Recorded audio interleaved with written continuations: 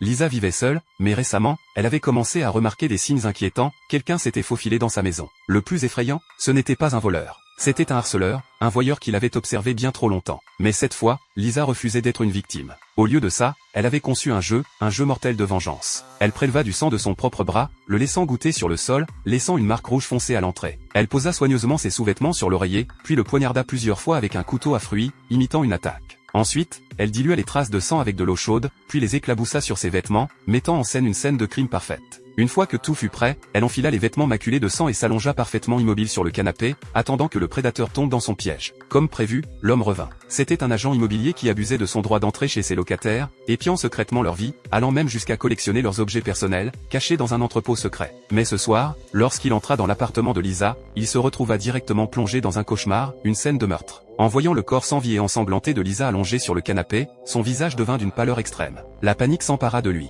Il déglutit, son estomac se tordant d'horreur. Il voulait appeler la police, mais ses propres crimes lui revinrent à l'esprit, si les autorités intervenaient, il découvrirait tout. La peur l'emporta sur la raison et il s'enfuit, désespéré de s'échapper avant de devenir le suspect numéro 1. Pendant ce temps, Lisa ouvrit les yeux, un sourire narquois au coin des lèvres. Chaque instant de sa réaction horrifiée avait été capturé par les caméras cachées qu'elle avait installées. Mais Lisa n'en avait pas fini. Il ne s'agissait pas seulement de lui faire peur, mais de lui faire payer. Elle prit une photo d'elle-même morte sur le canapé, rassembla toutes les preuves, puis effaça méticuleusement la fausse scène de crime. Avant de partir, elle laissa délibérément une goutte de sang sous le canapé, la dernière miette de son jeu tordu, puis disparut dans la nuit. Cependant, l'homme était consumé par la paranoïa. Il ne pouvait se débarrasser de la crainte que la police frappe à sa porte à tout moment. Pour se disculper, il organisa la visite d'un couple marié, espérant qu'il verrait l'appartement intact et prouverait son innocence. Mais au moment où il ouvrit la porte, son estomac se noua. La pièce était immaculée. Les traces de sang avaient disparu. La scène de crime s'était volatilisée sans laisser de traces. Le corps de Lisa avait également disparu. La terreur ravageait sa poitrine. Où était-elle? Était-elle vraiment morte? Le lendemain, au travail, sa peur se transforma en panique totale. Une lettre était posée sur son bureau. Il la déchira d'une main tremblante. À l'intérieur, il n'y avait qu'une question glaçante. Est-ce toi? À côté se trouvaient deux photos, l'une montrant le corps de Lisa morte sur le canapé. Et l'autre, un cliché de lui debout sur la scène de crime, horrifié. Sa respiration s'accéléra. Son cerveau s'emballa. Si la police voyait ces photos, il ne serait plus seulement un suspect, mais le tueur. Que pouvait-il faire? Plus important encore, quel était le prochain plan de Lisa?